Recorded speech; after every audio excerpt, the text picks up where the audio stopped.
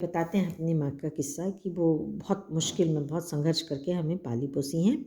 मेरी तुनक मिजाजी के पीछे कई वजहें हैं, लेकिन मैं बिना लाग लपेट वाला आदमी हूँ। मन में जो आता है सीधे सीधे कह डालता हूँ और बात को कई बार पछताना भी पड़ता है। मुझसे अपना गुस्सा रोका नहीं जाता। दूसरे लोगों को भी मुझे उकसाने में बहुत मज़ा आता है। मुझे ज़िंदगी में हर छोटी बड़ी चीज़ के लिए जूझना पड़ा, जिससे मैं चिड़चिड़ा हो गया हूँ। साथ ही साथ मैं बहुत भावुक इंसान भी हूँ। मैं किसी को तकलीफ़ में नहीं देख सकता। मैं अपने दोस्तों और अपने परिवार की बहुत कद्र करता हूँ। मुझे अपनी गलतियों के लिए माफ़ी माँगने में कोई शर्म महसूस नहीं होती। तो बहुत अच्छे इंसान हैं। परिस्थितियों के कारण वो बहुत चिड़चिड़े हो गए, लेकिन अपने परिवार, अपने मित्रों के लिए बहुत ज़्यादा उनके मन में अच्छी भावनाएँ हैं और किसी को भी तकलीफ़ में नहीं देख सकते।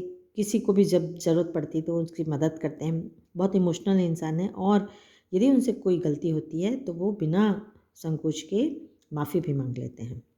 विनीता, आपके परिवार के लिए आपकी क्या अहमियत है? अहमियत मतलब क्या इम्पोर्टेंस है? धनराज, सबसे अधिक प्रेरणा मुझे अपनी माँ से मिली। उन्होंने हम सब भाई-बहनों में अच्छे संस्कार डालने की कोशिश की। तो कोई भी व्यक्ति तभी सफल होता है जब उसको उसके परिवार में बहुत अच्छा एटमॉस्फेयर मिले, वातावरण मिले और ये परिवार से ही संभव होता है। तो ये संस्कार कहाँ से मिलता है हमें? परिवार से मिलता है और वही चीज़ धनराज बोलते हैं कि मुझे अच्छे संस्कार अपने किससे मिले? माँ से मिले। मैं उनके सामने सबसे नज़दीक हूँ। मैं चाहे भारत में रहूँ या विदेश में, रोज़ रात में सोने से पहले माँ से ज़रूर बात करता हूँ। मेरी माँ ने मुझे अपनी प्रसिद्धि को विनम्रता के साथ सँभालने की सीख दी है। मेरी सबसे बड़ी भाभी कविता भी मेरे लिए माँ की तरह है और वह भी मेरे लिए प्रेरणा स्रोत रही हैं।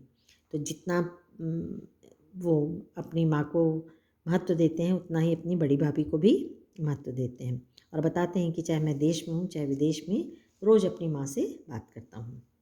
विनीता, आपने सबसे पहले कृत्रिम घास एस्ट्रोटर्फ पर हॉकी कब खेली?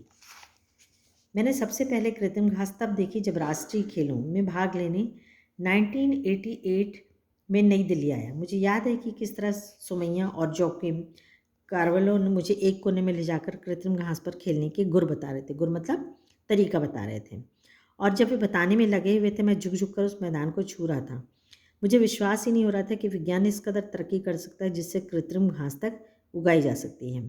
तो अपन देखते हैं तो गार्डन में वो नेचुरल घास रहती है, लेकिन जो स्पोर्ट्स के लिए रहते हैं वहाँ पर नकली घास के भी मैदान होते हैं, जिसे क्या कहा जाता है?